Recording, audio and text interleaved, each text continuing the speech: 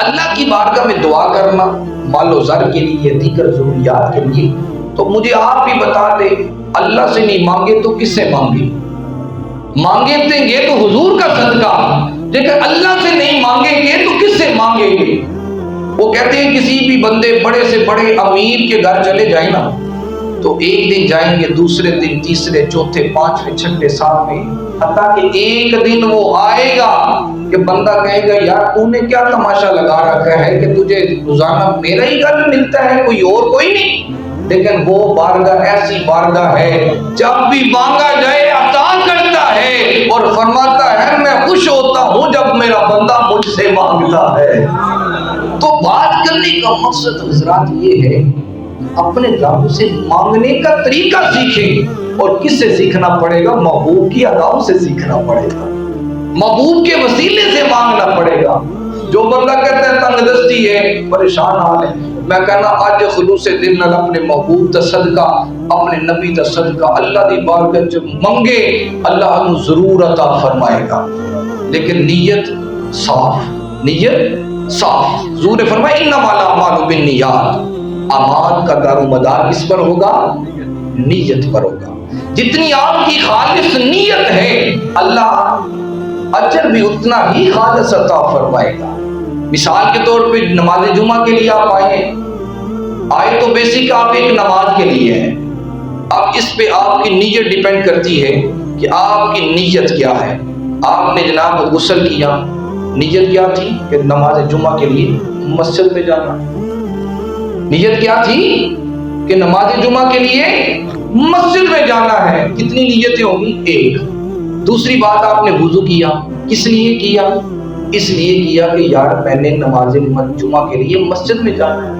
نیتیں دو ہو گئی۔ تیسری ہوگی کہ جناب حضور نے فرمایا خوشبو لگانا، خوشبو لگانا بھی سنت ہے۔ خوشبو کس لیے لگائی جا رہی ہے؟ آقا کی سنت ہے، آقا کا فرمان ہے، اور نماز جمعہ کے لیے مسجد میں جانا اس لیے خوشبو لگانا۔ تو نیتیں کتنی ہوگی؟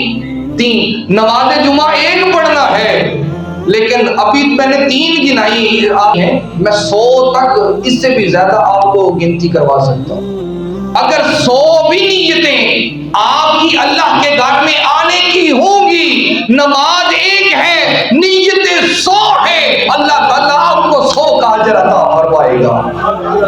تو نیت جتنی خالص ہوگی عمل بھی اتنا خالص ہوگا، اور نیت جتنی خراب ہوگی عمل بھی اللہ کی بارگاہ میں ناقبول ہوگا۔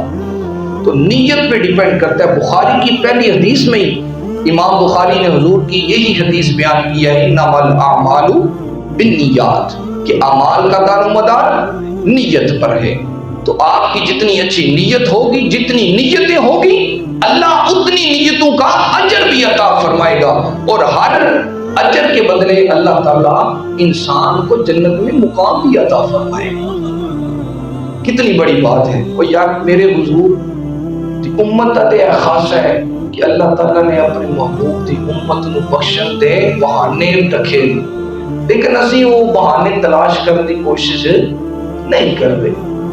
یہ مسجد میں آنا، نماز پڑھنا، کیا بڑے بڑے متقی پرہیزگار ہوتے ہیں، 5 وقت کی نماز ہو سکتا ہے مسجد سے باہر ہی نکلے، کیا بندہ کہہ سکتا ہے کہ یار نماز میرے پاس سے بخشش؟